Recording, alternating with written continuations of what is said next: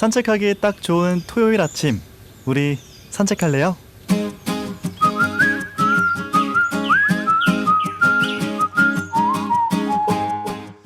갓생이라는 단어 들어보셨나요? 영문 갓과 인생의 합성어고요. 언제부턴가 굉장히 많이 쓰이는 신조어입니다. 신이라는 뜻의 갓 때문인지 갓생이라고 하면 대단한 무언가를 이룬 특별한 인생을 말하는 것 같지만 그건 아닙니다. 하루하루 열심히 부지런히 살아가는 삶을 갓생이라고 하더라고요. 그러니까 결과보다는 과정에 중점을 둔다고 할 수 있을 것 같아요. 작은 목표 그리고 약속을 정하고 그걸 꾸준히 지키고 보람을 느끼고 계신다면 여러분들께서도 갓생을 살고 계신 겁니다. 남부럽지 않은 삶, 갓생, 별거 없죠. 나의 하루를 성실히 지켜내고 작은 성취를 모으는 것. 고생하셨습니다. 이번 주도 참 잘하셨어요. 도장을 꾹 찍어드리고 싶은 토요일, 우리 모두가 갓생너라고 할 수 있겠습니다. 여러분과 함께하는 109번째 산책, 우리 산책할래요?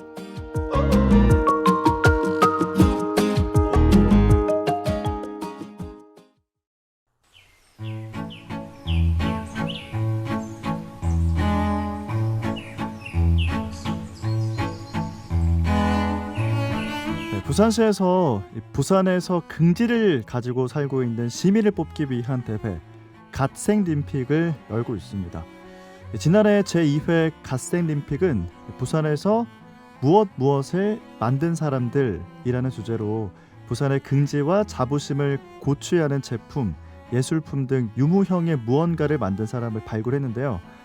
일반 부문에서는 부산 대표 음식인 돼지국밥을 인스턴트 라면으로 만든 정익은 씨가 금상을 수여했습니다. 우리 산책할래요? 산책길에 만난 사람, 오늘은 부산시 갓생림픽 일반부 금메달, 본인을 부산의 돼지국밥을 미친 듯이 사랑하는 사람이라고 말하는 돼국라면의 창시자 테이스티키친의 정익은 대표와 함께하겠습니다. 안녕하세요. 예, 반갑습니다. 예, 반갑습니다. 수식어가 굉장히 길었는데 지금 방송 듣고 계시는 청취자분들께 먼저 인사 부탁드리겠습니다. 네, 반갑습니다. 돼지국밥 육수가 흐른 남자 돼지국밥 라면 창시자 정의근입니다. 반갑습니다. 네, 돼지국밥 하면 부산 시민분들의 소울푸드 중에 하나라고 할 수가 있을 텐데요. 돼국 라면이라는 거를 만드셨어요. 그러니까 돼지국밥 플러스 라면인 건데 소개를 좀 직접 해주신다면 어떻게 소개해 주실까요? 예, 돼지국밥의 본질인 세 가지 요소를 저희가 담았고요. 네. 본질인 육수, 그리고 빠질 수 없는 새우젓 고명, 그리고 끝으로 양념장 다대기까지 그 3요소를 담은 돼지국밥 라면입니다. 그렇군요. 사실 저는 이미 한번 맛을 본 적이 있었거든요. 감사합니다. 네, 저도 부산에 오래 살았던 사람으로서 너무 맛있게 먹었던 기억이 있는데 어떤 계기로 돼지국밥 라면까지 만들게 됐을까 이런 궁금증이 있거든요. 예, 제가 돼지국밥을 굉장히 좋아했고요. 네. 그래서 돼지국밥을 먹다 보니까 돼지국밥의 본질은 육수다라는 제가 결론에 다다르게 됐습니다. 왜 그랬냐면 일본에 가면 돈코츠 라면이 있고요. 네. 제주에 가면 고기 국수가 있고 아시겠지만 부산에 가면 돼지국밥에 빠질 수 없이 바로 나오는 것이 바로 이 소면입니다. 그렇다고 하면 굳이 밥으로만 먹어야 될까라는 그런 시작에서 이제 제 개발을 하게 됐습니다. 그렇군요. 네.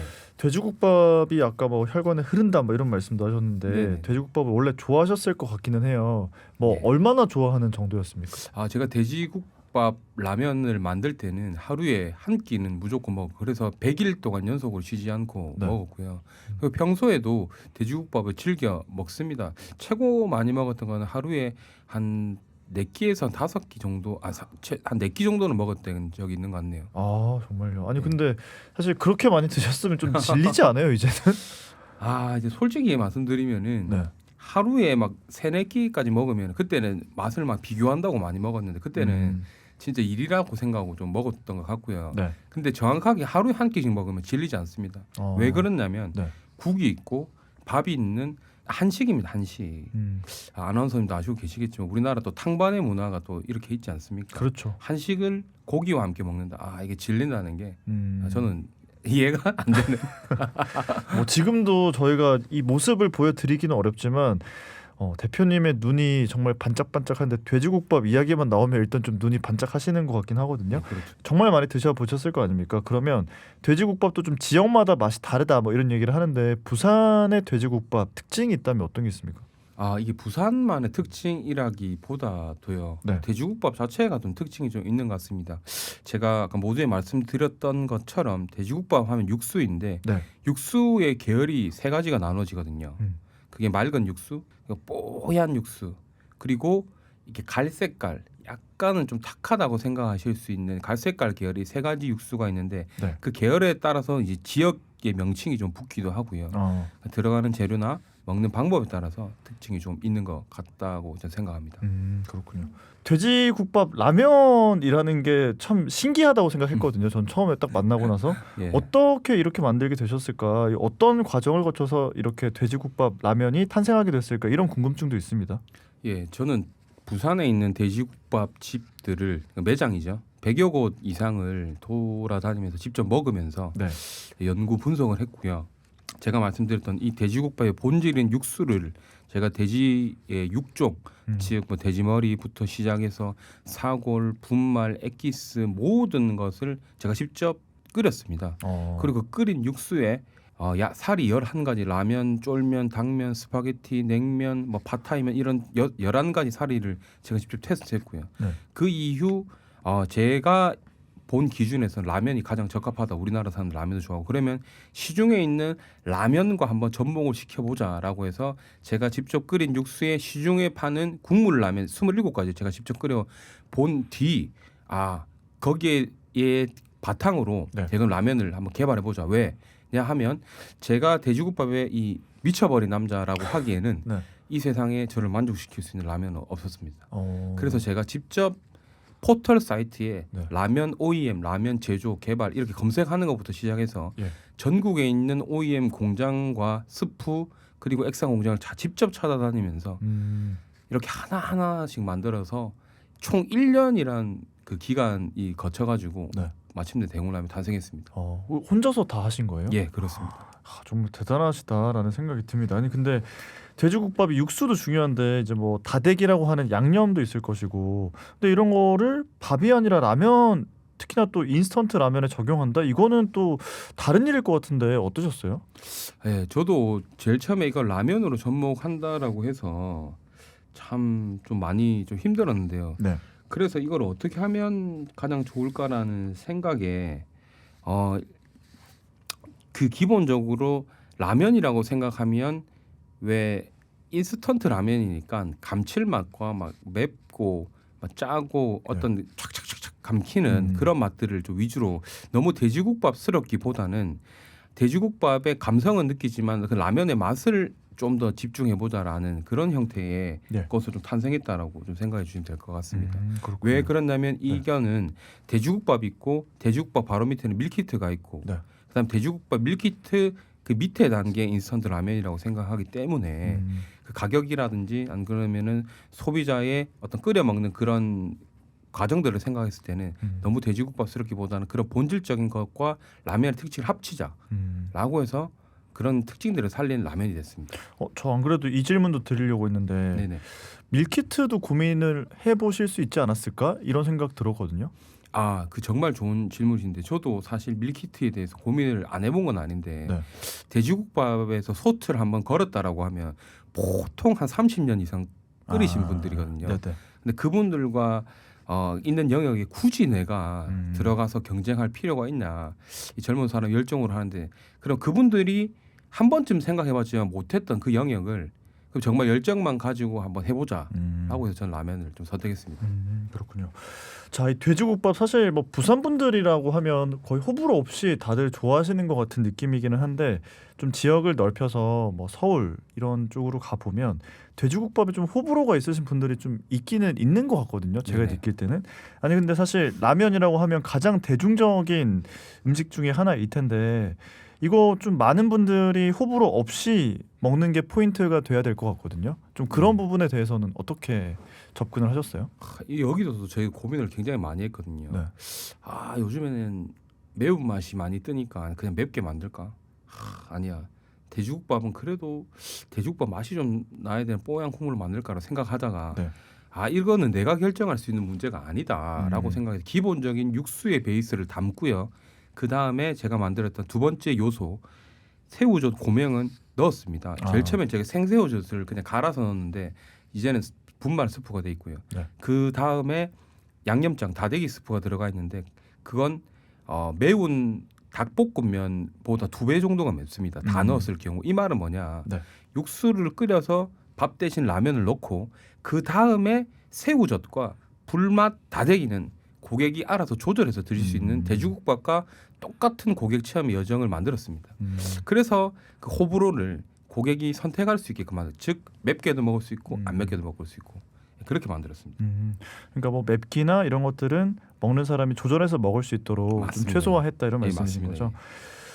이 돼지국밥 라면 뭐 이야기는 1년이라고 하셨지만 그 1년이 굉장히 지난한 시간이었을 것 같다는 생각이긴 하거든요. 굉장히 어렵게 탄생이 됐을 것 같은데 대표님이 생각하시는 대국 라면의 첫 번째 포인트라고 하면 어떤 게 있습니까? 첫 번째 포인트는 조금 전에 말씀드렸던 것처럼 라면이긴 하지만 저희가 그 챌린지와 고객 여정을 돼지국밥 먹는 거 똑같이 담았다는 게 제가 첫 번째 포인트고요. 네. 그 두 번째 또 포인트는 돼지국밥 라면이긴 하지만 보시면은 그 식품에 대한 그림이 아예 없습니다. 그냥 돼지 그림만 있거든요. 네. 이 말은 뭐냐? 약간 식품이긴 하지만 패션 디자인처럼 패키징을 아주 다르게 했다. 예를 들어서 만약에 그냥 돼지국밥 뚝배기에다가 그냥 라면이 들어있는 거면 아마 이렇게까지 저희가 반응이 좋지는 않았지 않을까라는 그런 생각도 해봅니다.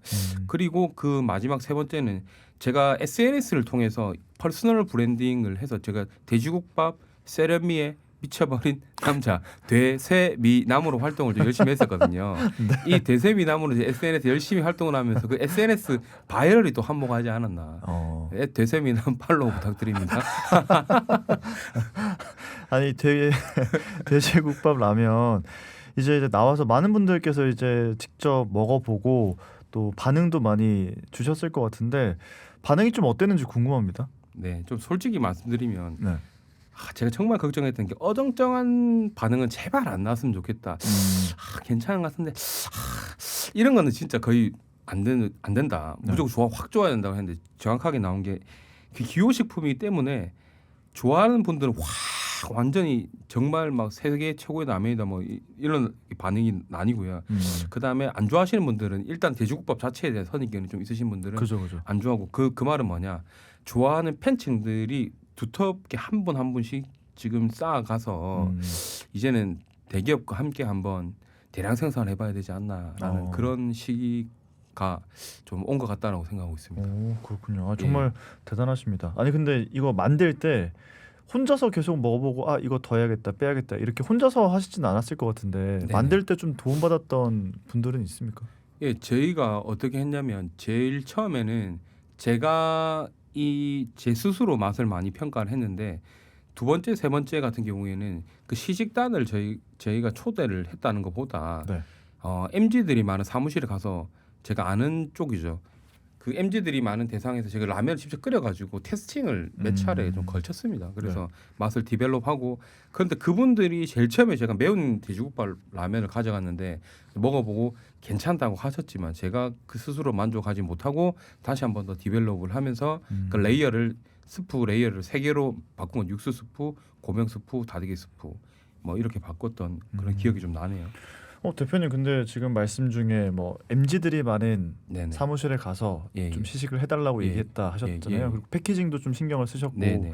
그럼 타겟팅 자체가 좀 젊은 세대, MZ 세대가 타겟팅이었던 겁니까? 예, 이 MZ 세대를 타겟팅을 고른 이유는 뭐냐면 사실 MZ가 아닌 분들도 계시지만 소비의 바이럴도 있지만 그냥 이 SNS라든지 온라인에 대한 바이럴이 좀 더 강합니다. 예를 들어서 20대 초반 같은 경우에는 아무래도 30대 초반보다는 그 소비력이 좀 약하지만 SNS 좀 더 많이 하고 좀 더 바이럴에 대해서 좀 더 민감하게 반응하고 MZ를 초기에 타겟으로 잡았던 거는 저희가 자금적인 여유가 많이 없었기 때문에 온라인 바이럴을 좀 더 많이 갔으면 좋겠다라는 생각에서 했었고 그렇게 해서 바이럴이 많이 되면 소비력이 좀 더 강한 그 위의 세대들이 저희 제품들을 좀 사주실 것이다. 이렇게 해서 MG를 타겟으로 처음에 했었습니다. 그렇군요. 예. 아니 근데 사실은 돼지국밥 하면은 뭐 부산에서는 좀 그런 느낌인 것 같거든요. 뭔가 아저씨들의 소울푸드 이런 느낌인 것 같은데 좀 아저씨 세대가 먹고 나서의 반응은 어땠는지 이런 것들도 궁금합니다. 이게 저도 제일 처음에는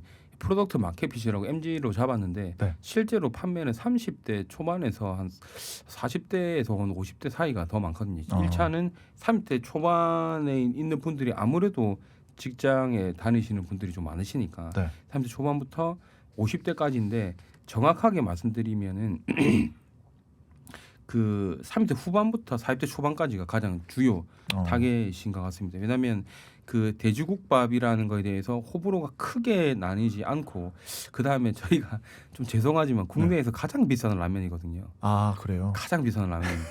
가장 비싼 라면이기 때문에 네. 또 이렇게 덥석 잡기가 좀 쉽지는 않아요. 한 봉지 얼마입니까? 한 봉지가 대기업 분들 듣고 계시면 네. 꼭 대량 생산에 손을 뻗어주시길 바랍니다. 진짜 대량 생산하면 가격을 낮출 수가 있어요. 네. 한 봉지 3,500원입니다. 네. 근데 이 3,500원이 될 수밖에 없는 구조가 또 있기 때문에 네. 그 제가 뭐 폭리를 취하는 건 아니고요. 그럼에도 불구하고 많은 분들이 사랑해 주셨다. 거기에는 초반에 MG 바이럴들과 그다음에 SNS 그리고 그 SNS 기반으로 했었던 저희 그 30대 후반부터 40대 초반에 많은 먹방러들이 저희 주요 타겟들에게 많은 홍보를 해주셨다라고 말씀드리고 싶습니다. 그렇군요.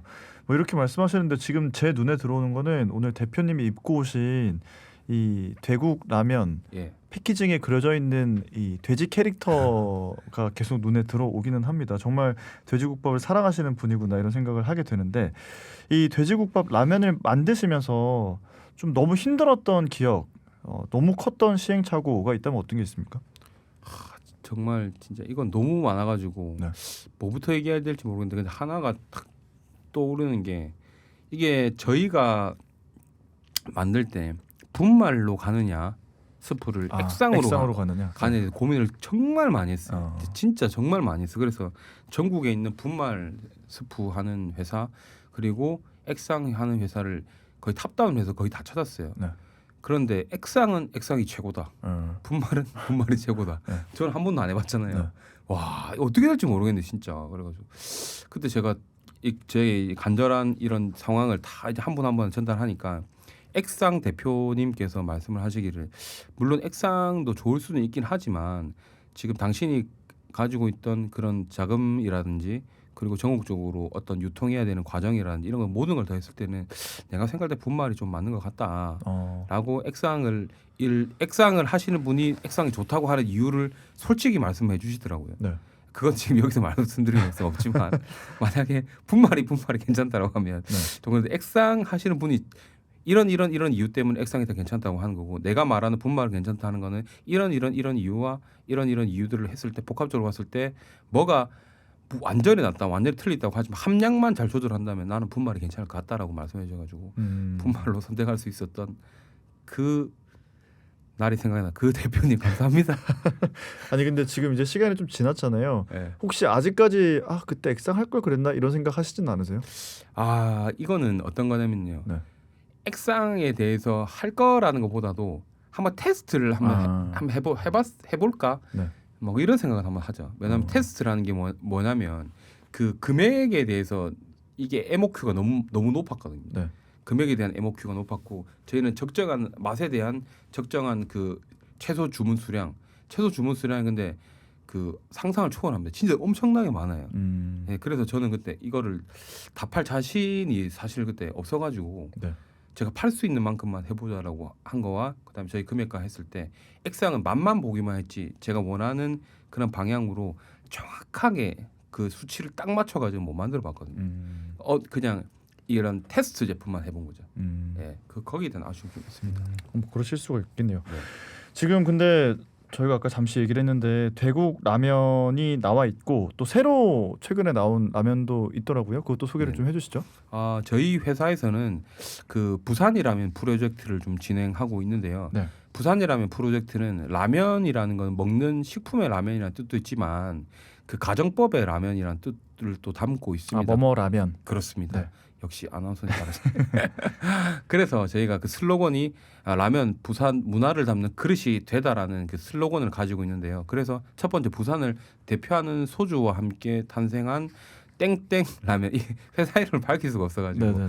그리고 부산과 경남을 대표하는 그 말이 뛰어노는 공원이 있습니다. 네. 그 말이 뛰어노는 공원과 함께 저희가 탄생한 땡땡 이 라면이라는 곳 있고요. 그러니까 부산을 대표하는 서브컬처 패션 브랜드와 함께 탄생한 땡땡사 라면도 있고 지금 그 다음에는 저희가 지금 기억하고 있는 게 부산을 대표하는 항공 브랜드라든지 네. 부산을 대표하는 어묵 브랜드, 부산을 대표하는 커피 브랜드와 저희가 함께 지금 다음 그 부산이라는 프로젝트를 기획하고 논의 중에 있습니다. 아니 근데 생각해 보니까 이 라면이라는 게 아까 말씀하신 것처럼 뭐뭐 라면이라는 가정법처럼 콜라보레이션을 할 좀 업체들이 정말 많겠다는 생각이 드네요. 네. 토핑으로 라면에 뭘 많이 넣으니까. 맞습니다. 그러게요.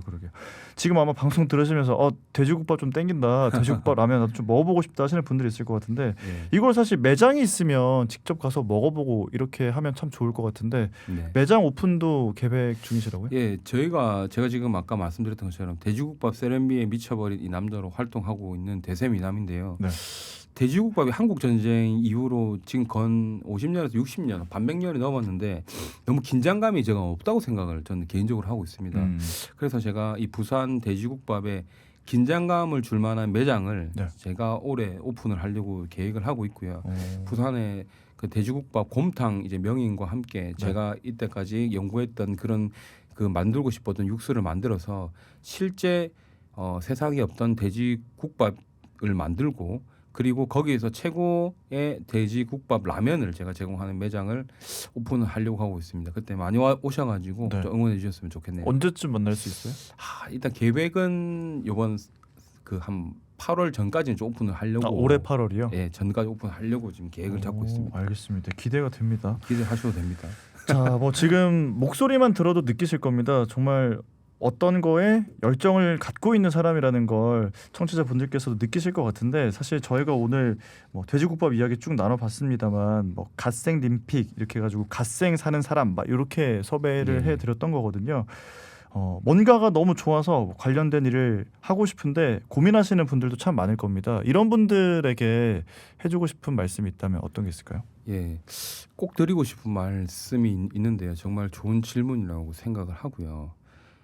뭔가를 선택을 할 때 후회를 한다는 그런 거와 이게 될까 안 될까라는 어떤 두려움이 있다고 생각하는데 근데 그거를 이겨내셔야 된다고 생각합니다. 좀 짧게 말씀드리면 후회가 된다는 거는 뭔가 더 잘 될 것이다. 안 그러면 여기에 대한 두려움이라는 것은 뭔가 안 될 것이다라고 하는데 해보기 전까지는 절대 알 수가 없습니다.